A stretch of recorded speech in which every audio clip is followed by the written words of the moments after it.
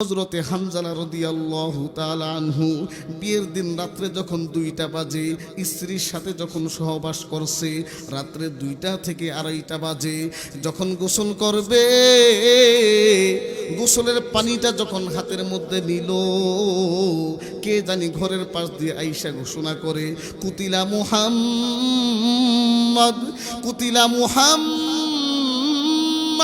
ঘরের পিছন দিয়ে কে জানি আওয়াজ দেয়, নবীজি দুনিয়ার জমিনে নাই, আল্লাহর নবীরে কে জানি হত্যা করছে, নবীরে কে জানি কতল করছে। এই কথা শোনার পর হযরতে হানজালা রাদিয়াল্লাহু তাআলা আনহু হাত থেকে পানিটা রাইখা দিছে, ফরজ গোসল করবে, ডাক দিয়ে বলতেছে, ও বিবি তাড়াতাড়ি তরবারিটা দিয়ে দাও, আমি যুদ্ধের ময়দানে যাব। স্ত্রী ডাক দিয়ে বলতেছে, স্বামী আপনি গোসল কইরা যান, আর মাত্র বেশিক্ষণ লাগবে না, 5 মিনিট লাগবে গোসল করতে, বেশিক্ষণ লাগবে না, আপনি গোসল কইরা যান। হানজালা রাদিয়াল্লাহু তাআলা আনহু বিবিরে ডাক দিয়ে বলতেছে, বিবি আমি যদি এখন গোসল করি তাহলে নবীর মুহাব্বতের চাইতে আমার গোসলটা বড় হয়ে যাবে, কথা বলেন ঠিক কিনা? আমার গোসল করার সময় নাই, বিবি যদি আমি বাইচা থাকি তাহলে দেখা হবে, আর যদি শহীদ হইয়া যাই তোমার সাথে বিবি জান্নাতের মধ্যে দেখা হবে। আল্লাহু আকবার। আমার নারান্দির মুসলমান বাবাজি, আমার পর্দার অন্তরালের মারে এমন করে হযরতে হানজালা রাদিয়াল্লাহু তাআলা আনহু তরবারি নিয়ে যুদ্ধের ময়দানে যখন ঝাঁপাইয়া পড়ছে, একটা সময় শহীদ হয়ে গেছে। এদিক দিয়ে আল্লাহর নবীজির মাথার মধ্যে লোহার কড়াই ঢুকছে, আর দান দান শহীদ হয়ে গেছে। আমার নবীজি উহুদের ময়দানে আহত হয়ে গেছে। যুদ্ধ শেষ হয়ে গেল, আমার নবীজি সাহাবীরে ডাক দিয়ে বলতেছে, আমার সাহাবীরা কারা কারা উহুদের প্রান্তরে শহীদ হয়েছে তাদের লাশগুলো এক করো। হাদিসের মধ্যে আছে উহুদের ময়দানে 70 জন সাহাবী শহীদ হয়েছে। বলেন কয়জন? 70 জন সাহাবী শহীদ হয়েছে। আল্লাহর নবী সাহাবীদেরকে ডাক দিয়ে বলে, আমার সাহাবী যারা আল্লাহর রাস্তায় শহীদ হয়েছে লাশগুলো এক করো। 6 আর 8 কত হয়? 68টা লাশ হইল। 70টা লাশ থেকে যদি 68টা লাশ উপস্থিত থাকে, আর কয়টা লাশ বাকি? 2টা লাশ পাওয়া যাইতেছে না, 2টা মানুষে খুঁজে পাওয়া যাইতেছে না। সাহাবীরা ডাক দিয়ে বলতেছে, নবীজি এখনো পর্যন্ত 2টা লাশের সন্ধান মিলতেছে না। তাকায় দেখতেছে নবীজি সাহাবীদেরকে বলতেছে, কাদের লাশ পাওয়া যায় না? একজন হইল হানজালার লাশটা পাওয়া যাইতেছে না, আর একজন হইল আপনার চাচা হযরতে হামজা রাদিয়াল্লাহু তাআলা আনহুর লাশটা খুঁজে পাওয়া যাইতেছে না। সাহাবীদের ভিতরে অস্থিরতা কাজ করতেছে। আমার নবীজি সাহাবীদেরকে নিয়ে উহুদের প্রান্তরে ওই লাশ তালাশ করতেছে, হানজালার লাশটা তালাশ করতেছে। কোন জায়গায় হানজালার লাশ পাওয়া যাইতেছে না। একজন সাহাবী নবীদের কানে কানে ডাক দিয়ে বলতেছে, নবীজি মনে হয় কাফের বেঈমানরা হানজালার লাশটা মনে হয় মক্কায় নিয়ে গেছে, হানজালার লাশটা মনে হয় টুকরা টুকরা করার জন্য মক্কায় নিয়ে গেছে। কিন্তু আমার নবীজি কোনোভাবেই বিশ্বাস করে না। সাহাবীদের মধ্যে অস্থিরতা কাজ করতেছে। চতুর্দিকে তাকায় দেখতেছে, না না না, হানজালার লাশটা কোনো জায়গায় পাওয়া যাইতেছে না। আমার মুসলমান ভাইয়েরা, আমার বন্ধুগণ, আল্লাহ নবীজির চোখটা হঠাৎ করে আসমানের দিকে গেল। আল্লাহ নবী আসমানের দিকে তাকাইয়া একবার মুস্কি মুস্কি হাসে, আবার কান্না করতেছে। নবীজি আকাশ থেকে চোখটা নামাইয়া সাহাবীদেরকে ডাক দিয়ে বলতেছে, আমার সাহাবীরা, ইয়া মাশার আসহাব ইন্নী আরা মা লা তারাউনা, ইয়া মাশার আসহাব ইন্নী আরা মা লা তারাউনা। ও সাহাবীরা, আমি নবীজি যা দেখতেছি তোমরা তা দেখতেছো না। আল্লাহু আকবার। নবীজি ডাক দিয়ে বলতেছে, সাহাবী ইন্নী আরা মা লা তারাউনা, আমি নবী যা দেখি তোমরা তা দেখো না। এবার আমার নবীজি সাহাবীদেরকে ডাক দিয়ে বলতেছে, সাহাবী আমি নবীজি আমার মুজিজাত চোখে দেখতে পাইতেছি। হানজালার এই উহুদের ময়দানে কাফের বেঈমানরা শহীদ করছে, শাহাদাত বরণ করাইছে। আসমান থেকে 70,000 রহমতের ফেরেশতা আইসা আমার হানজালারে তৃতীয় আসমানে নিয়ে গেছে। তৃতীয় আসমানে নিয়া আমার হানজালারে জান্নাতের রহমতের পানি দিয়া গোসল করাইছে। আল্লাহু আকবার। শুধু তাই নয় সাহাবী, তৃতীয় আসমানে আমার হানজালারে গোসল করানোর পর আসমানের রহমতের 70,000 ফেরেশতারা 7 আসমানের উপর বাইতুল মামুর একটা ঘর আছে। ওই বাইতুল মামুরটা দেখতে একদম হুবহু দুনিয়ার জমিনের কাবা বাইতুল্লাহর মতন দেখতে। সুবহানাল্লাহ। তাফসীরের মধ্যে আছে ওই যে 7 আসমানের উপর যে একটা ঘর আছে বাইতুল মামুর নামক ঘর, দুনিয়ার ওই বাইতুল মামুরের ঘরের আকৃতিতে, বাইতুল মামুরের ঘরের সিস্টেমে আল্লাহ তাআলা ওইটার আকৃতিতে দুনিয়ার বাইতুল্লাহ নির্মাণ করছে। আল্লাহু আকবার। আমার মুসলমান ভাইরা, আমার বাবাজি, খুব খেয়াল করে শুনবেন। এই আসমানের ফেরেশতারা তৃতীয় আসমান থেকে হানজালার লাশটারে গোসল দিয়ে 7 আসমানে বাইতুল মামুরের সামনে রাইখা, ফেরেশতাদের ইবাদতের জায়গা ওই বাইতুল মামুরের সামনে রেখে ফেরেশতারা হানজালার লাশটারে জানাজা পড়াইছে। এরপরে তাফসীরের মধ্যে আছে এই বাইতুল মামুরের চতুর্পাশে প্রতিদিন লক্ষ লক্ষ কোটি কোটি ফেরেশতারা ওই বাইতুল মামুরের চতুর্পাশে আল্লাহর ইবাদত করে আর তারা তাওয়াফ করে। সুবহানাল্লাহ। একবার যেই ফেরেশতারা এই বাইতুল মামুরের চতুর্পাশে তাওয়াফ করে আর তারা কিয়ামত পর্যন্ত আসবে না। প্রতিদিন নতুন নতুন লক্ষ লক্ষ ফেরেশতারা ওই বাইতুল মামুরের চতুর্পাশে তাওয়াফ করে। আল্লাহু আকবার। এবার আমার নবীজি সাহাবীদেরকে যখন এই কথা বলতেছে, হঠাৎ করে দূর থেকে একজন মহিলা হিজাব পরা, মুখের মধ্যে এমন করে কাপড় দেয়, একজন মহিলা দৌড়ে আসতেছে, হাতের মধ্যে মেহেদি পরানো অবস্থায়। ওই মহিলা ডাক দিয়ে বলতেছে, নবীজি আমার স্বামী কই? আমার স্বামীর লাশটাকে খুঁজে পাইছেন নি? আমার স্বামী কই? নবীজি ডাক দিয়ে বলতেছে, মা রে, কে তোমার স্বামী? ওই মহিলা ডাক দিয়ে বলতেছে, নবীজি আজকে দিনের বেলায় আপনি যার বিয়ে পড়াইছেন, আপনি নিজে খুশি হইয়া মসজিদের মধ্যে যার বিয়েতে খুশি হইয়া খুরমা খাজুর মসজিদের মধ্যে ছিটাইছেন, আমি হইলাম ওই হানজালার স্ত্রী। আল্লাহু আকবার বলেন না। আমার নবীজি যখন হানজালার স্ত্রীর কথা শুনল, হানজালার স্ত্রী বিবি ডাক দিয়ে বলতেছে, নবীজি আপনার সাথে একটা পার্সোনাল কথা আছে, সাহাবীদের সামনেই লজ্জাজনক কথা বলা যাবে না। আসেন গো নবী, একটু দূরে আসেন, আপনার কানে কানে সেই কথাটা বলি।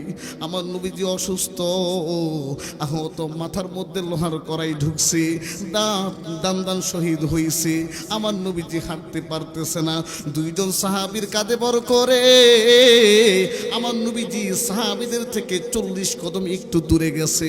এবার ওই সাহাবীর স্ত্রী নবীজিরে ডাক দিয়ে বলতেছে, নবীজি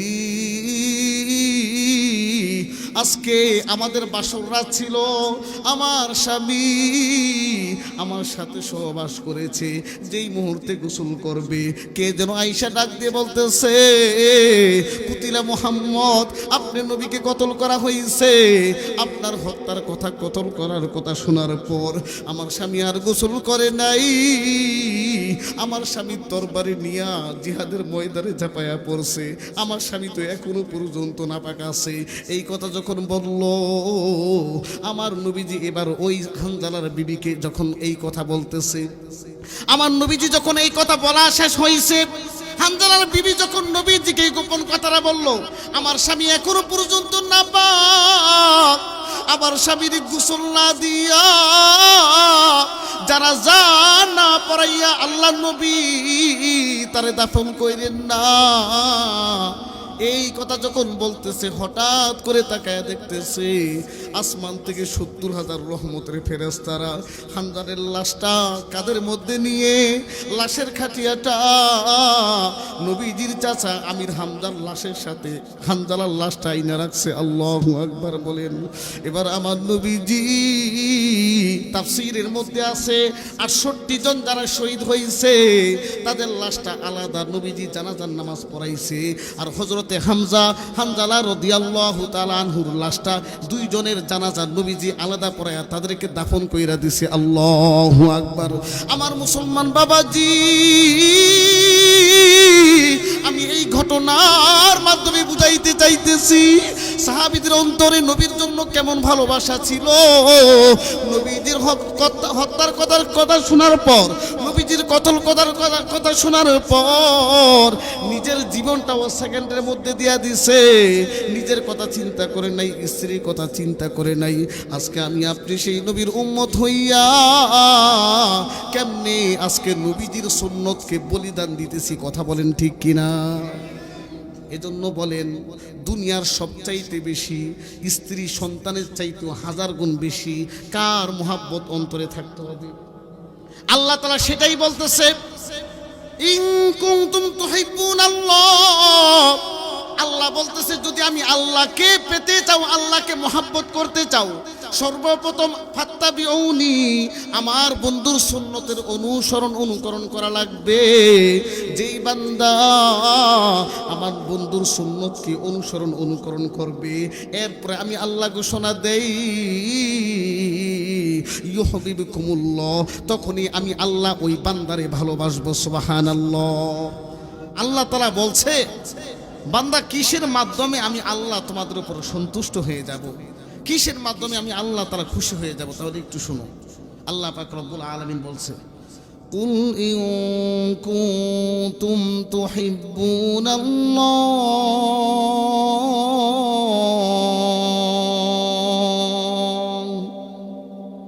ফাত্তাবিউনি ইউহিব্বুকুমুল্লাহ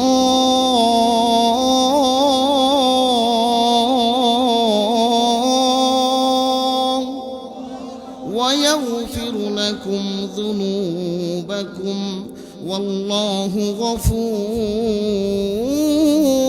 رحيم।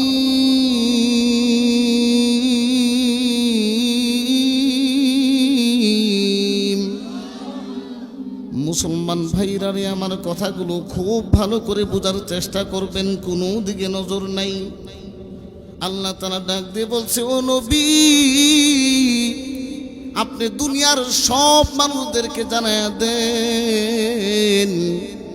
আল্লাহ কারে বলতেছে? কোরআন নাজিল হয়েছে নবীর উপর, নবীজিকে বলতেছে কুল, আমরের সিগা। নবীজি, আপনি আপনার উম্মতদেরকে বলে দেন, ইন কুনতুম তুহিব্বুনাল্লাহ, যদি উম্মত আল্লাহকে ভালোবাসতে চাও, আল্লাহকে রাজি খুশি করতে চাও, আল্লাহকে ভালোবাসার জন্য শর্ত দিয়েছেন একটা, বলেন কয়টা? আমার মালিক আল্লাহ নবীজিকে জানায় দিতেছে, ও নবীজি, আমি আল্লাহকে ভালোবাসার জন্য 1 নাম্বার শর্ত হইল ফাত্তাবিউনি, আমি আমি আল্লাহকে পাওয়ার জন্য, আমি আল্লাহকে ভালোবাসার জন্য শর্ত হইল আগে আপনি নবীর অনুকরণ করা লাগবে। কথা বলেন ঠিক কিনা? আচ্ছা বলেন তো, প্রধানমন্ত্রীর কাছে যাওয়ার জন্য, একজন মানুষ চেয়ারম্যানের কাছে যাওয়ার জন্য, মন্ত্রীর কাছে যাওয়ার জন্য একজন মাধ্যমের প্রয়োজন হয় কি হয় না? চেয়ারম্যানের কাছে মেম্বারের মাধ্যমে চেয়ারম্যানের কাছে যাই, আবার চেয়ারম্যানের মাধ্যমে এমপির কাছে যাই। কথা বলেন ঠিক কিনা? আমার মালিক জানায় দেই, বন্ধু আমি আল্লাহকে পাওয়ার জন্য, আমি আল্লাহর ভালোবাসা পাওয়ার জন্য এক নম্বরে শর্ত হইল ফাত্তাবিউনি, আগে আপনি নবীর সুন্নতের অনুকরণ করা। তাহলে নবীর সুন্নত কি শুধুমাত্র অন্তর দিয়ে করলে চলবে? আমার মুসলমান বাবাজি, শুধুমাত্র অন্তরের মাধ্যমে নবীর সুন্নত, শুধুমাত্র অন্তর দিয়ে নবীরে ভালোবাসলে চলবে না, শুধুমাত্র অন্তর দিয়ে জবান দিয়ে বললে চলবে না আমি আমার নবীজিরে ভালোবাসি, বরং সে সুন্নতের মাধ্যমে, শরীরের মাধ্যমে, পা থেকে মাথা পর্যন্ত বডির মাধ্যমে যখন সুন্নত চলে আসবে, যেই উম্মত সুন্নত পালন করবে, সুন্নতের মাধ্যমেই নবীজিকে ভালোবাসা হয়। কথা বলেন ঠিক কিনা? তাহলে কি অন্তর দিয়ে শুধু নবীজিকে ভালোবাসতে চলবে, নাকি সুন্নতের মাধ্যমে? শুধুমাত্র যেই উম্মত অন্তরের মধ্যে শুধুমাত্র নবীজির ভালোবাসা আছে, আমি নবীজিরে ভালোবাসি, আমি নবীজির একজন আশেক, এর দ্বারা নবীজির সুন্নত প্রমাণ, এর দ্বারা আপনি নবীজির উম্মত এই কথা প্রমাণ হয় না। বাস্তবে প্র্যাকটিক্যালি যখন আপনার শরীরের মধ্যে, আপনার বডির মধ্যে যখন নবীর সুন্নত আসবে, তখনই নবীজির আনুগত্য, অনুকরণ আপনি করতেছেন, এটা বোঝা যাবে। বলেন তো, নবীজিকে শুধুমাত্র কি নিজের জীবনের চাইতে, স্ত্রীর চাইতে শুধু বেশি ভালোবাসলে চলবে, নাকি সব চাইতে বেশি? আমার মুসলমান ভাইয়েরা, আমার বাবাজি, একদিন আল্লাহর নবী হযরতে ওমরকে ডাক দিয়ে বলতেছে, ওমর রে, তুমি আমি নবীজিরে কতটুকু ভালোবাসো? সুবহানাল্লাহ পড়েন। নবীজি কারে বলে? ওমর রে ডাক দিয়ে বলতেছে, ওমর তুমি আমি নবীজিকে কতটুকু ভালোবাসো? তোমার জবান দিয়ে শুনতে চাই। ওমর ডাক দিয়ে বলতেছে, নবীজি, আমি আমার স্ত্রী সন্তান দুনিয়ার সবচাইতে, সম্পদের চাইতে দুনিয়ার সবচাইতে বেশি ভালোবাসি, কিন্তু আমি ওমর আমার জীবনের চাইতে আপনারে কম ভালোবাসি। কার জীবনের চাইতে? ওমর বলতেছে, আমি আমার স্ত্রী, সন্তান, বন্ধু বান্ধব দুনিয়ার সবচাইতে বেশি আপনাকে নবীজি মহাব্বত করি, কিন্তু আমার চাইতে বেশি না, আমি ওমরের চাইতে কম, আমি কিন্তু নিজেকে সবচাইতে বেশি ভালোবাসি। আল্লাহর নবী ডাক দিয়ে বলতেছে, ওমর রে, লা ইউমিনু, তুমি পরিপূর্ণ ইমানদার হইলা না। আল্লাহর নবী ডাক দিয়ে বলতেছে, ওমর রে, তুমি এখনো পর্যন্ত পরিপূর্ণ ইমানদার হইতে পারলে না। এবার ওমর ডাক দিয়ে বলতেছে, নবীজি, আমি ওমর এখন এই মাত্র ঘোষণা দিয়ে দিলাম, আমি ওমর আমার জীবনের চাইতেও আপনি নবীকে বেশি ভালোবাসি। এবার নবীজি ডাক দিয়ে বলতেছে, ওমর রে, এবার তুমি পরিপূর্ণ কামিল ইমানদার হয়ে গেলা। সুবহানাল্লাহ। তাহলে নবীকে সম্পদের চাইতে, সন্তানের চাইতে, নিজের জীবনের চাইতে সবচাইতে বেশি ভালোবাসা আপনার অন্তরে কার মহব্বত থাকতে হবে? কার? তাহলে নিজের জীবনের চাইতে কম নাকি বেশি? আমার মুসলমান ভাইরা, উমরের মতন জান্নাতের সার্টিফিকেট প্রাপ্তওয়ালা সাহাবী যখন বলল, নবীজি, আমি উমর দুনিয়ার সবচাইতে বেশি আপনারে ভালোবাসি, কিন্তু আমি ওমরের চাইতে কম। নবীজি বলল, ওমর রে, পরিপূর্ণ ইমানদার হইতে পারলা?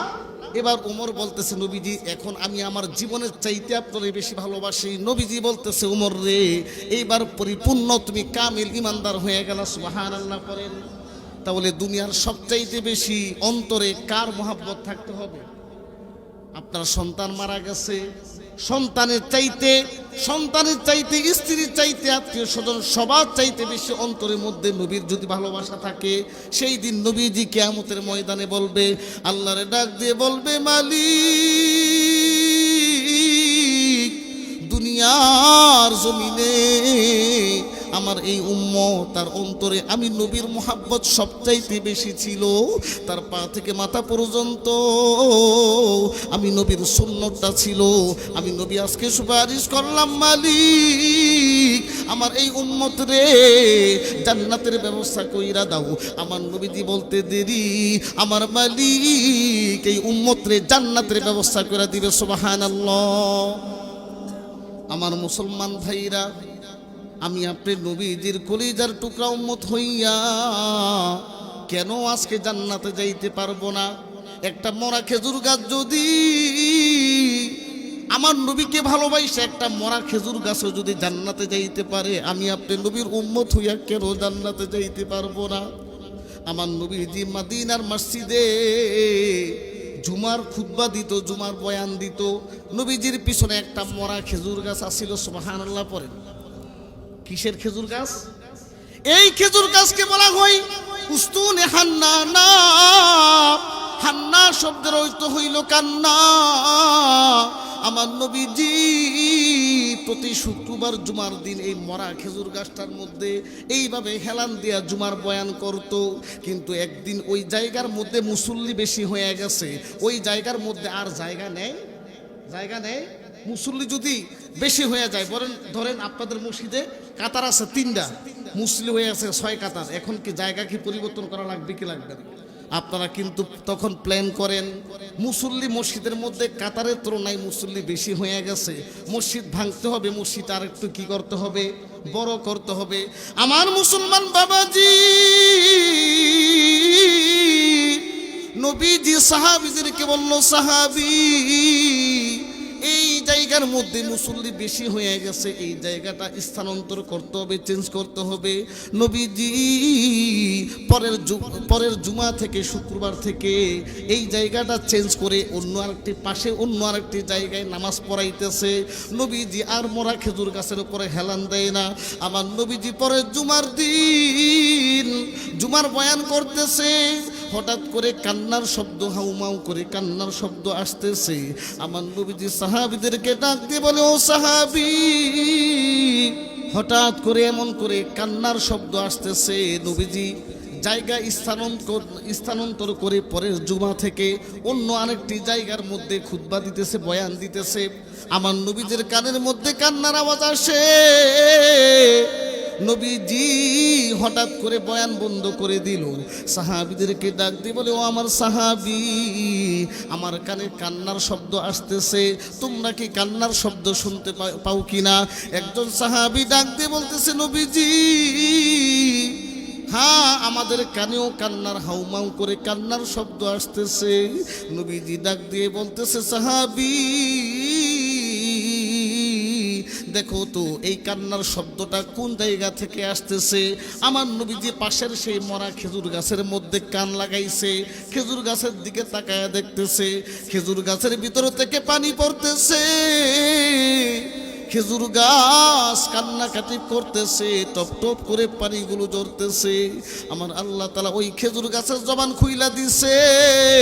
আমার নবী ওই খেজুর গাছকে ডাক দিয়ে বলতেছে, ও খেজুর গাছ, তোমার কান্নার কারণ কি? ওই খেজুর গাছ ডাক দিয়ে বলতেছে, নবীজি আপনি 1 বছর 2 বছর না 2.5 বছর আমার পিঠের ওপর ট্যাক লাগায় জুমার বয়ান দিছেন। ওই মরা খেজুর গাছ ডাক দিয়ে বলতেছে, নবীজি আপনি আমারে ভুইলা গেছেন। গত জুমা পর্যন্ত 2.5টা বছর আমি খেজুর গাছের উপর হেলান দিয়ে জুমার বয়ান করছেন, আর এখন জুমার বয়ান করেন না। আপনি যে আমার পিঠের উপর হেলান দিয়ে জুমার বয়ান করতেন, আমি খেজুর গাছ আল্লাহরে তখন বলতাম, আসমানের মালিকরে বলতাম, মালিক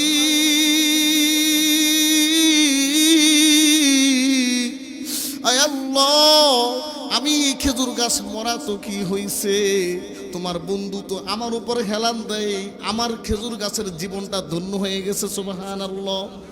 মরা খেজুর গাছ সে আল্লাহরে বলতো, আল্লাহ রে আমার জীবনটা ধন্য হয়ে গেছে, তোমার বন্ধু আমার উপর হেলান দিছে। দুই জাহানের সর্দার আকাই নামদার তাজেদার মদিনা সাইয়্যিদুল আম্বিয়া সাইয়্যিদুল মুরসালিন, দুই জাহানের সর্দার আমার বুকের উপর আমার পিঠের উপর হেলান দিছে, আমার আর কোনো দুঃখ নাই, আমি মরা হইছি তো কি হইছে। এবার খেজুর গাছের জবান খুইলা গেছে, নবীজি আপনি তো বড় লোক হয়ে গেছেন, আপনি তো আমারে বুইলা গেছেন, এখন আর আমার শরীরের উপর হেলান দেন না, আমার খোঁজ খবর রাখেন না, এই জন্য দুঃখের কারণে আমি কান্নাকাটি করতেছি, আমার তো আর সহ্য হইতেছে না, আপনি আমারে ভুইলা আরেক জায়গায় চইলা গেছে। নবীজি এই মরা খেজুর গাছের মোহাব্বত দেইখা নবীজি মরা খেজুর গাছের ডাক দিয়ে বলতেছে, খেজুর গাছ আমি নবী আজকে এলান কইরা দিলাম, আমি নবীজি ঘোষণা কইরা দিলাম, আমি নবীজির মোহাব্বত করার কারণে তুমি খেজুর গাছ আমি নবীর সাথে জান্নাতের মধ্যে থাকবা। আল্লাহু আকবার। একটা মরা খেজুর গাছ নবীজিকে ভালোবাসা যদি জান্নাতে যাইতে পারে, আমি আপনি তো সেই নবীজির কলিজার টুকরা উম্মত, কথা বলেন ঠিক কি? একটা মরা খেজুর গাছ নবীজিকে যদি ভালোবেসে জান্নাতে যেতে পারে, তাহলে আমি আপনি কেন যেতে পারবো না? কথা বলেন ঠিক কি না? আমার মুসলমান ভাইরা, আমি আপনি তো সেই নবীর কলিজার টুকরা উম্মত, যেই নবীজি তায়েফের ময়দানে আমার আপনার কথা চিন্তা কইরা আমার আপনার নবীর মাথা ফাইটা পা ফাইটা রক্ত ঝরাইছে, এরপরও ওই উহুদের প্রান্তরে তায়েফের ময়দানে নবীজি বলছে, ইয়া উম্মতি ইয়া উম্মতি ইয়া উম্মতি। উহুদের প্রান্তরে নবীজির মাথার মধ্যে লোহার কড়াই ঢুকছে, আমার নবীজির দান্দার শহীদ হয়ে গেছে ওই উহুদের ময়দানে। ওই দিন আমার নবীজি বলছে, ইয়া উম্মতি ইয়া উম্মতি। আমার মুসলমান বাবাজি, একটা মরা খেজুর গাছ যদি আমার নবীজির ভালোবাসা জান্নাতে যাইতে পারে, তাহলে আমার আপনার শুধুমাত্র এখন সুন্নত নবীর মুহাব্বত অন্তরে থাকতে হবে। শুধু অন্তরে থাকলে চলবে কিনা, নাকি সুন্নতের মাধ্যমে? সবাই বলেন, সুন্নতের মাধ্যমে নবীজিকে মুহাব্বত করতে হবে। আমার নবীজি যেই দিন ইন্তেকাল করবে, আমার নবীজি সোমবার দিন ইন্তেকাল করছে ফজর নামাজের পর। বৃহস্পতিবার থেকে আমার নবীজি অসুস্থ। কোন দিন থেকে? সবাই বলেন। নবীজি সোমবার দিন ফজরের পরে ইন্তেকাল করবে, আর বৃহস্পতিবার থেকে আমার নবীজি একেবারে বিছানায় শায়িত হয়ে গেছে, বিছানা থেকে উঠতে পারে না। আমার নবীজি জিবরাইলে আল্লাহ তাআলা পাঠাই দিয়েছে, জিবরাইল যাও আমার নবীজির কানে কানে গিয়া বলো, আমার নবীজি যদি থাকতে চাই রাইখা আসবা, আর যদি তোমার সাথে চইরা আসতে চাই, জিবরাইল তুমি আমার বন্ধুরে আমার কাছে নিয়ে আসবা। সুবহানাল্লাহ। আমার মুসলমান ভাইয়েরা, আমার বন্ধুগণ, যেদিন জিবরাইল নবীজির পাশে আইসা বসলো, জিবরাইল ডাক দিয়ে বলতেছে, নবীজি আপনার বন্ধু খবর পাঠাইছে, আপনি যদি দুনিয়াতে থাকতে চান তাহলে রাইখা যাইতে বলছে, আর যদি চইলা যাইতে চান আমার সাথে যাইতে বলছে। আমার নবী আর দুনিয়াতে থাকবে না। পাশে দাঁড়ায় আছে ফাতেমা রাদিয়াল্লাহু তাআলা আনহা, আম্মা জান আয়েশা রাদিয়াল্লাহু তাআলা আনহা, হযরতে আলী রাদিয়াল্লাহু তাআলা আনহু। আমার নবীজির মাথাটা হইছে আম্মা জান আয়েশা রাদিয়াল্লাহু তাআলা আনহার কোলে। আমার নবীজির চোখ থেকে টপ টপ করে পানিগুলো ঝরতেছে। ফাতেমা রাদিয়াল্লাহু তাআলা আনহা ডাক দিয়ে বলতেছে, বাবা। নবীজি ডাক দিয়ে বলতেছে, ফাতেমা রে, মা আই তোর কানে কানে একটা কথা আছে, আমি বাবা তোর একটা কানে কানে একটা গোপন কথা বলবো। ফাতেমা রাদিয়াল্লাহু তাআলা আনহা নবীজির কাছে আসলো। আমার নবীজি কানে কানে ফাতেমা রাদিয়াল্লাহু তাআলা আনহারে ডাক দিয়ে বলতেছে, মারে আমার আজকে মন বলতেছে আমি আজকে আর দুনিয়াতে থাকবো না, কিন্তু একটা কথা হইল, আমি নবীর ইন্তেকালের পর আমার আত্মীয় স্বজনের মধ্যে থেকে সর্বপ্রথম তুমি ফাতেমার সাথে আমি নবীর বাবার জান্নাতের মধ্যে দেখা হবে। সুবহানাল্লাহ। নবীজি ফাতেমা রাদিয়াল্লাহু তাআলা আনহাকে বলছে, ফাতেমা আমি নবীজির আমি বাবার ইন্তেকালের পর আমাদের আত্মীয় স্বজন থেকে সর্বপ্রথম তুমি ফাতেমার সাথেই আমি নবীর আগে জান্নাতে দেখা হবে। এই কথা বলার পর ফাতেমা রাদিয়াল্লাহু তাআলা আনহা আরো কান্নাকাটি বাড়াইয়া দিছে, হাউমাউ করে কান্নাকাটি করতেছে। কারণ ফাতেমা রাদিয়াল্লাহু তাআলা আনহার বুঝতে আর বাকি রইল না, আমার নবীজির ইন্তেকালের পর ফাতেমাও আর বেশি দিন দুনিয়াতে থাকবে না। তাফসীরের মধ্যে আছে, ইবনে আব্বাস রাদিয়াল্লাহু তাআলা আনহু বলে, আমার নবীজির ইন্তেকালের 6 মাস পরে, কয় মাস? 6 মাস পরে হযরতে ফাতেমা রাদিয়াল্লাহু তাআলা আনহাও ইন্তেকাল করেছে। আল্লাহু আকবার বলেন। কারণ আমার নবীজি সবচাইতে বেশি ভালোবাসতো কারে? ফাতেমারে সবচাইতে বেশি ভালোবাসতো। এজন্য মাঝে মধ্যে আমার নবীজি বলতো, ফাতেমা হইল আমার কলিজার টুকরা। এই জন্য জান্নাতের মধ্যে আমার নবীজি ইন্তেকাল করার বেশি দিন না, 6 মাস পরে ফাতেমাও ইন্তেকাল করলো।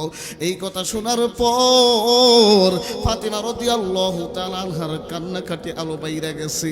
নবীজি কেমন জানি আলীর দিকে তাকায় ইশারা করতেছে। আলী রাদিয়াল্লাহু তাআলা আনহু দৌড়ায়া নবীজির মেসওয়াকটা নিয়ে আসছে, আর নবীজির হাতের মধ্যে মেসওয়াকটা দেয়। আমার নবীজি বারবার মেসওয়াক করতেছে আর বলতেছে, ইয়া উম্মতি আসসালাত আসসালাত আসসালাত। বলেন তো কয়বার বলছে? নবীজি মৃত্যুর সময় আলী বুঝা ফেলছে। নবীজি আমার দিকে তাকাইয়া নবীজি কথা বলতে পারে না, চোখ দিয়ে ইশারা দিতেছে। হযরতে আলী রাদিয়াল্লাহু তাআলা আনহু মেসওয়াকটা নিয়ে আসছে। আমার নবীজি মৃত্যুর শয্যায় মেসওয়াক করতেছে আর বলতেছে, ইয়া উম্মতি আসসালাত আসসালাত আসসালাত। বলতে বলতে আমার নবীজির রূহটা বের হয়ে যাচ্ছে। আমার মুসলমান বাবাজি, এই যে হাদিসের মধ্যে তাফসীরের মধ্যে মেসওয়াকের কথা আসছে, জিবরাইল আমার আপনার নবীজির কাছে 24,000 বার আসছে। আল্লাহু আকবার বলে। কয়বার? জিবরাইল কয়বার? জিবরাইল আমার নবীজির কাছে 24,000 বার আসছে।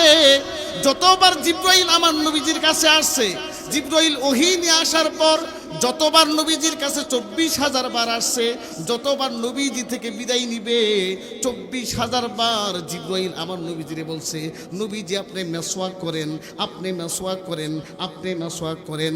একবার দুইবার না, 24,000 বার জিবরাইল আমার নবীজির কাছে আসছে, আর 24,000 বার জিবরাইল নবীজিকে মেসওয়াকের কথা বলছে। সুবহানাল্লাহ। নবীজি বলছে, আমার উম্মতের যদি কষ্ট না হতো তাহলে এই মেসওয়াককেও ফরজ বানিয়ে দিতাম। সুবহানাল্লাহ। কিন্তু উম্মতের কষ্ট হবে যদি মেসওয়াককে কি বানিয়ে দেয়? ফরজ বানিয়ে দিতে। যদি আল্লাহ তাআলা দেয় তাহলে কষ্ট হয়ে যাবে। কিন্তু হাদিসের মধ্যে আছে, যেই ব্যক্তি মেসওয়াক করবে, নামাজের আগে নবীজির সবচাইতে বড় সুন্নত হইল মেসওয়াক করা। যেই ব্যক্তি, যেই উম্মত 5 ওয়াক্ত নামাজের আগে মেসওয়াক করবে, হাদিসের মধ্যে আছে, যারা সৌদি আরবের মধ্যে থাকে, যারা শাফি মাযহাব মানে, তাদের জন্য নামাজের আগে মেসওয়াক করা সুন্নত। কিসের আগে? সবাই বলেন। শাফি মাযহাবের যারা লোক, তাদের জন্য নামাজের আগে মেসওয়াক করা সুন্নত। আর আমরা যারা হানাফি আছি, আমাদের জন্য ওযুর আগে মেসওয়াক করা। মেসওয়াক করলে হাদিসের মধ্যে আছে, মেসওয়াক করার ফাজাইল বর্ণনা করা হয়েছে। যেই ব্যক্তি 5 ওয়াক্ত নামাজের আগে ওযুর সময় মেসওয়াক করবে, হাদিসের মধ্যে আছে ওই বান্দা ওই উম্মত মৃত্যুর সময় আশা করা যায় তার জবান দিয়ে মেসওয়াকের ওয়াসিলাই বদৌলতে জবান দিয়ে আল্লাহ তাআলা কালিমা নসিব করাবে সুবহানাল্লাহ। শুধু তাই নয়, আম্মাজান আয়েশা রাদিয়াল্লাহু তাআলা আনহা থেকে বর্ণিত হয়েছে, আম্মাজান আয়েশা রাদিয়াল্লাহু তাআলা আনহা সাহাবীদেরকে একদিন বলে, ও আল্লাহর নবীজির প্রিয় সাহাবীরা শোনো শোনো, যেই নামাজের জন্য মেসওয়াক করা হয় আর যেই নামাজের জন্য মেসওয়াক করা হয় না, কথা বুঝতেছেন? যেই নামাজের জন্য মেসওয়াক করা হয় আর যেই নামাজের জন্য মেসওয়াক করা হয় না, ওই নামাজ থেকে যেই নামাজের জন্য মেসওয়াক করা হয় ওই নামাজের গুণ আরো 70 গুণ বেশি আল্লাহ তাআলা দাম বাড়ায় দেয়। ধরেন আপনি মাগরিবের নামাজ পড়লেন কিন্তু ওই সময় আপনি মেসওয়াক করলেন না, কি করলেন না? আবার এশার নামাজের আগে আপনি মেসওয়াক করলেন, মাগরিবের নামাজের চাইতে এশার নামাজের আগে যে মেসওয়াক করে নামাজ পড়লেন ওই নামাজের দাম আল্লাহর কাছে আরো 70 গুণ বেশি। এই সুন্নত পালন করার দরকার আছে কিনা নাই? শুধুমাত্র অন্তর দিয়ে নবীজিরে ভালোবাসলে চলবে না। অনেক মুসল্লিকে দেখা যায়, মুসলমান ভাইকে দেখা যায় দুনিয়ার কোন জায়গায় সুন্নত মানে না। খাবারের পরে সামনে যদি মিষ্টি থাকে, হুজুর মিষ্টি খান, মিষ্টি খাওয়া সুন্নত খাবারের পর, আছে কিনা নাই? দুনিয়ার কোনো জায়গায় সুন্নতের কথা বলে না, কিন্তু খাবারের পরে মিষ্টি খাওয়া সুন্নত। ওই মিষ্টি খাওয়ার সুন্নতটা আমি আপনি ভালো করেই জানি, কথা বলেন ঠিক কিনা? আরে মুসলমান ও নবীর উম্মতের দল, শুধুমাত্র খাবারের পরে সুন্নত মিষ্টি খাওয়া সুন্নত এটা পালন করলে হবে না, আরো হাজার হাজার সুন্নত আছে। আরে সুন্নত তো তাকেই বলে প্রত্যেকটা সেকেন্ডে প্রত্যেকটা মিনিটে সুন্নতের সারা উপায় নাই, কথা বলেন ঠিক কিনা? আমি আপনার রাস্তা দিয়ে চলি, ওইটার মধ্যেও সুন্নত আছে কিনা নাই? রাস্তার ডান পাশ দিয়ে চলা হচ্ছে নবীজির সুন্নত। রাস্তা দিয়ে হাঁটতেছি, একজন মানুষ সামনে দাঁড়ায় আছে, সালাম দেওয়া সুন্নত। খাবার খাইতেছি, খাবারের শুরুতে বিসমিল্লাহ পড়া সুন্নত, খাবারের শেষে আলহামদুলিল্লাহিল্লাযী আত'আমানা ওয়া সাকানা ওয়া জাআলানা মিনাল মুসলিমিন, সুবহানাল্লাহ পড়েন। অজু করার সময় দোয়া আছে কিনা নাই? প্রত্যেকটা অঙ্গ প্রত্যঙ্গের দোয়া আছে, মুখের দোয়া আছে। আল্লাহুম্মা বাইয়িদ ওয়াজহি বিনুরিক ইয়াওমা তুবাইয়িদ উজুহা আউলিয়াইক। ডান হাত দুবেন, আল্লাহুম্মা আতিনি কিতাবি বিয়ামিনি ওয়া হাসিবনি হিসাবান ইয়াসীরা। বাম হাত দিবেন, আল্লাহুম্মা লা তু'তিনি কিতাবি বিশিমালি ওয়ালা মিন ওয়ারাই যহরি। মাথা মাসে করবেন, আল্লাহুম্মা গশশিনি বিরহমাতিকা ওয়ানজুর আলাইয়া ইয়াওমা লা জিল্লা ইল্লা জিল্লু। ঘাড় মাসে করবেন, আল্লাহুম্মা আতিক রাকবাতি মিনান নার।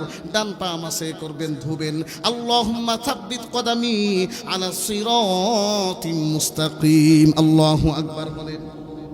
এজন্য আমার ভাইয়েরা, শুধু অন্তর দিয়ে নবীর সুন্নত মানলে চলবে নাকি কাজে কাজে প্রমাণ করতে হবে, শরীরের মধ্যে প্রমাণ করতে হবে নবীর প্রতি সাহাবীদের ভালোবাসা কেমন ছিল।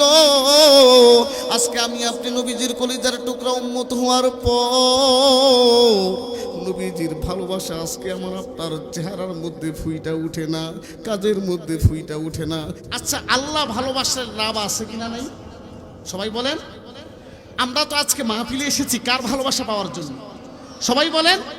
তাহলে আল্লাহর ভালোবাসা পাওয়ার জন্য শর্ত আর যা শর্ত হইল নবীজির সুন্নত মানবা, আমার বন্ধুকে মানবা, অনুকরণ করবা, তবেই আমি আল্লাহ তাআলা ভালোবাসবো।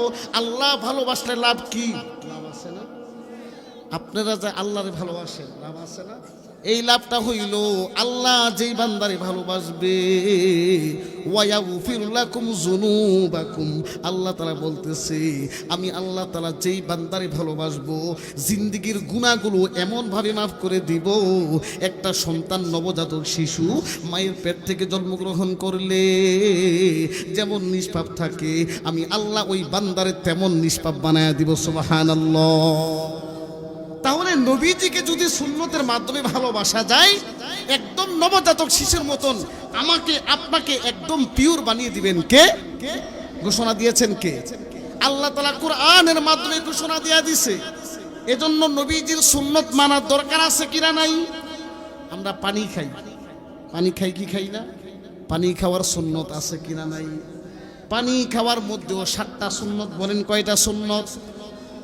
এক নম্বরে পানি যখন পান করবেন কোন হাতে পানি পান করবেন? ডান হাতে পানি পান করে ইমানদার মুমিন মুত্তাকি প্রকৃত মুসলমান। ডান হাতে পানি পান করা নবীজির সুন্নত, আর বাম হাতে পানি পান করা শয়তানের সুন্নত। কথা বলেন ঠিক কিনা? তাহলে কোন হাতে পানি পান করব? তাহলে ডান হাতে পানি পান করব, 1 নাম্বার সুন্নত। পানি পান করার 2 নাম্বার সুন্নত হলো দাঁড়িয়ে পানি পান করব নাকি বসে পানি পান করব।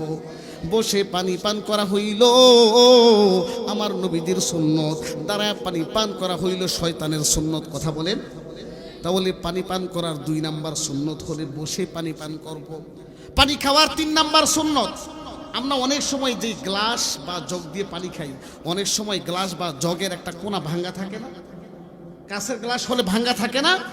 সুন্নত হচ্ছে পানি খাওয়ার 3 নাম্বার সুন্নত হচ্ছে গ্লাস বা যেই বস্তু দিয়ে পানি খাবেন ওই বস্তুর যেই জায়গা দিয়ে ভাঙ্গা সেই জায়গা দিয়ে পানি পান না করা, অন্য সাইড দিয়ে পানি পান করা। তাহলে কয় নাম্বার সুন্নত?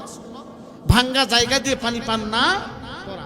পানি খাওয়ার 4 নাম্বার সুন্নত হইল, পানি খাওয়ার 4 নাম্বার সুন্নত হইল, অনেক বাঙালির দোকানের মধ্যে দেখি, চায়ের হোটেলের মধ্যে দেখি, পানির পেয়ালাটা হাতের মধ্যে নিয়ে, পানির গ্লাসটা হাতের মধ্যে নিয়ে এক ডুব দিয়ে এক চুমুকে গোটা পানি মাইরা দেয়। আছে কিনা? নাই? আছে না? এক চুমুকে পুরা পানি শেষ। আর যদি ওই আল্লাহর বান্দা গলা শুকায় যায়, তৃষ্ণার্ত হয়ে যায়, এক ডোকে পুরা পানি মেরে দেয়। আছে না? পানি খাওয়ার 4 নাম্বার কয় নাম্বার সুন্নত? 4 নাম্বার সুন্নত হইল 3 ডুকে পানি খাওয়া। কয় ডুক? কয় শ্বাস? কয় শ্বাস? 3 শ্বাসে পানি খাওয়া। 1 শ্বাসে একটু খাবেন, 2য় শ্বাসে খাবেন, 3য় শ্বাসে পানি শেষ করে ফেলবেন। সুবহানাল্লাহ।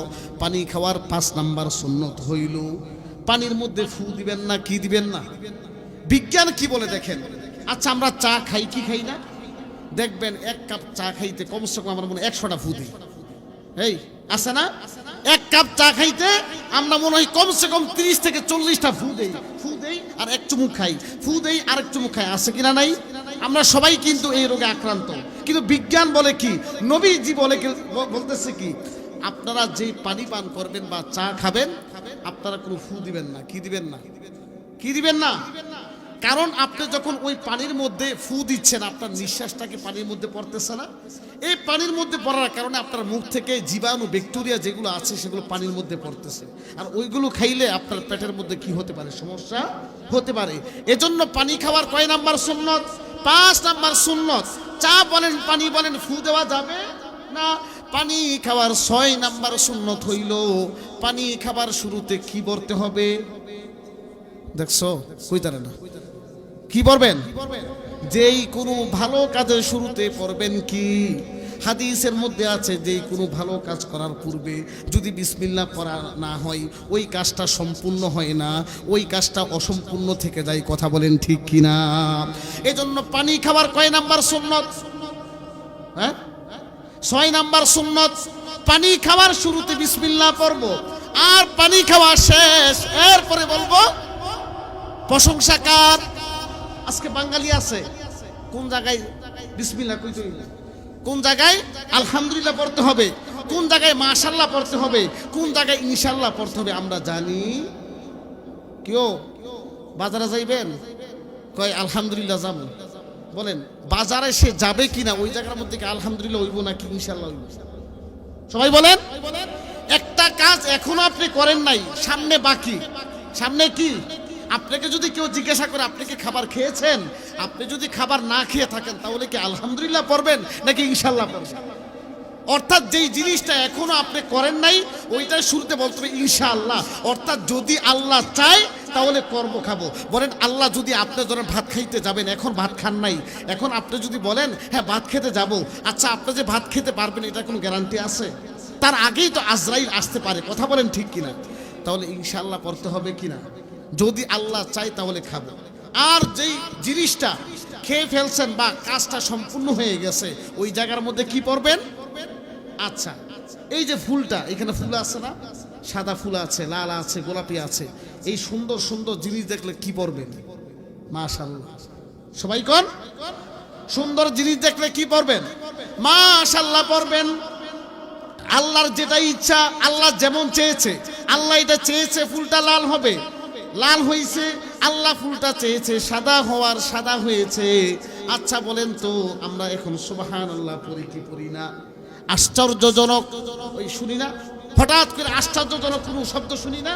হঠাৎ করে আল্লাহর প্রশংসিত এমন কোনো শব্দ শুনলে, আশ্চর্যজনক কোনো শব্দ শুনলে পড়তে হবে সুবহান।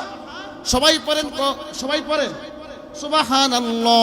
হাদিসের মধ্যে আছে আল্লাহর কাছে সবচাইতে 4টা বাক্য আল্লাহর কাছে সবচাইতে বেশি প্রিয়। বলেন কয়টা বাক্য?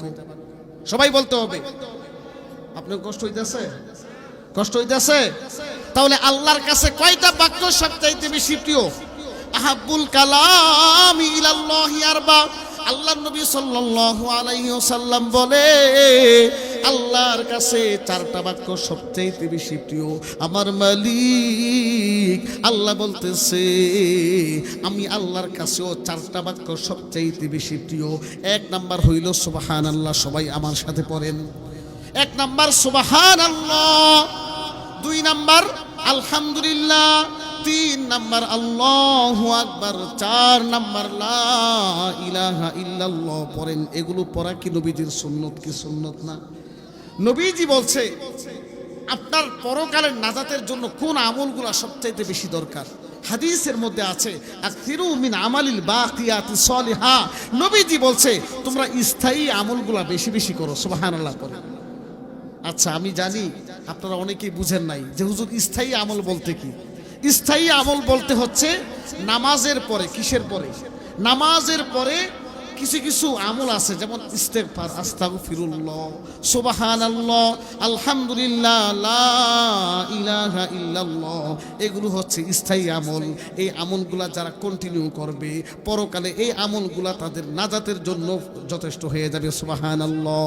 এজন্যই তো মুসলিম শরীফের হাদিসের মধ্যে আছে আখলিস দীনাকা ইয়াকফিকাল আমালুল কলিল। আগে তোমার ঈমানটাকে খাঁটি করো। ঈমানটা খাঁটি করার পর অল্প আমলেই নাজাতের জন্য যথেষ্ট হবে। হাদিসের মধ্যে আছে কিনা নাই?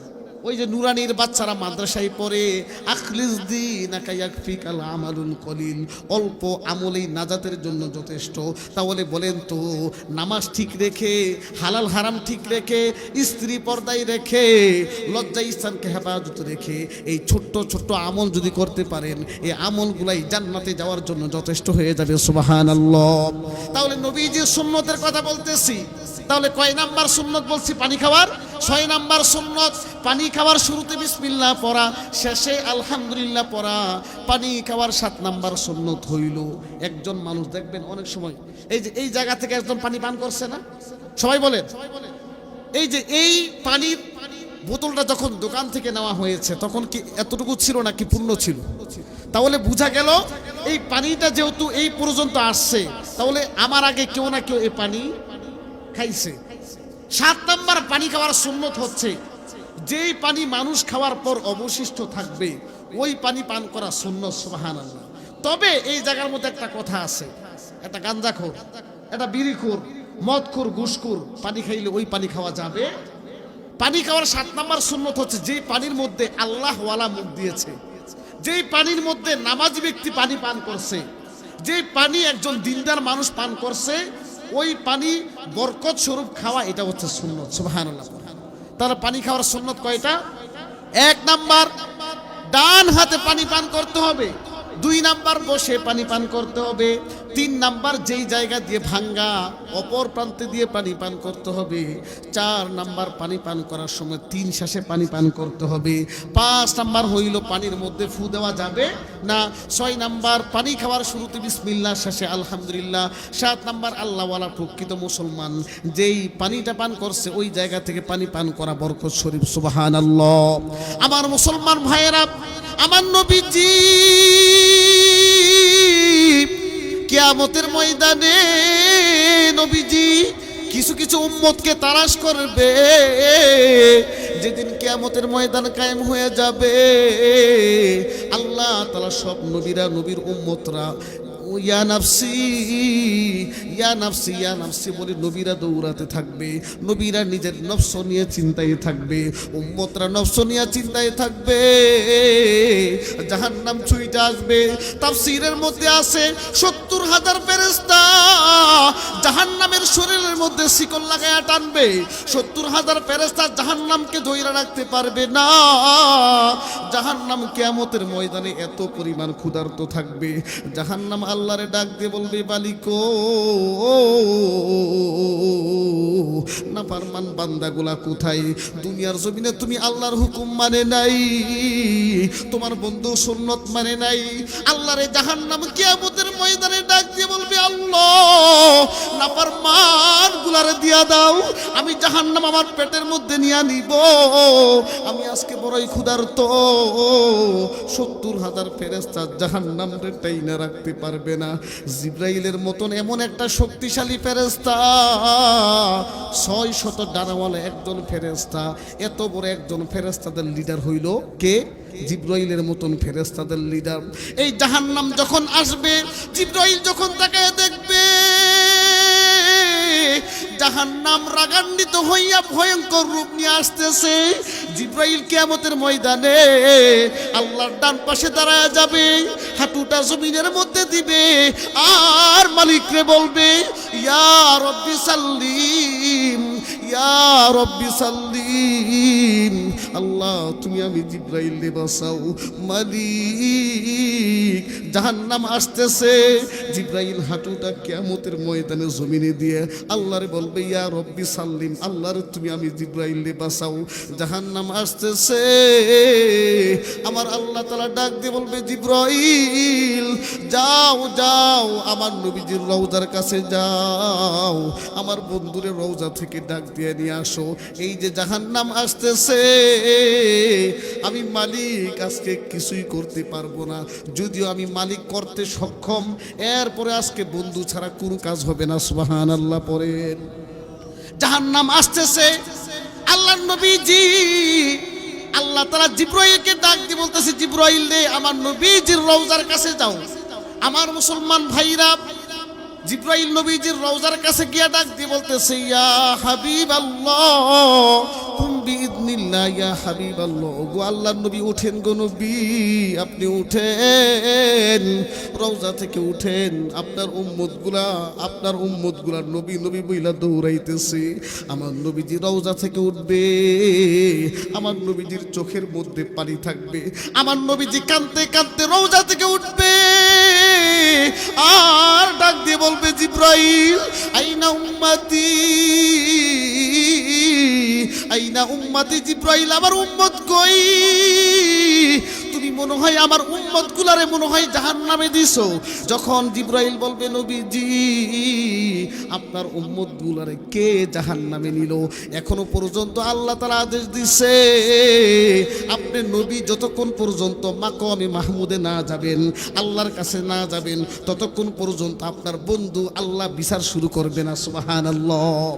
জিবরিল আমার নবীজিকে রওজা থেকে ডাক দিয়ে নিয়ে যাবে, আমার নবীজি মাকামে মাহমুদে যাবে, আর যেই উম্মতগুলা দুনিয়াতে নবীজির সুন্নত ধরে নাই, নবীজির সুন্নতের উপরে পুঙ্খানুভাবে পরিপূর্ণভাবে আমল করেছে, সুন্নত পালন করেছে, নবীজি কিয়ামতের ময়দানে ডাক দিয়ে বলবে, হ্যাঁ দা উম্মতি, হ্যাঁ এটাই তো আমার উম্মত। কিয়ামত দুনিয়ার জমিনে আমি নবীর সুন্নতকে একটা সেকেন্ডের জন্য ভুলে নাই। আল্লাহরে বলবে, আল্লাহ হাদা উম্মতি, এটাই আমার প্রকৃত উম্মত, আজকে আমার উম্মতরে জান্নাতে না দিলে আমি তোমার কাছে সুপারিশ করা ছাড়বো না। সুবহানাল্লাহ।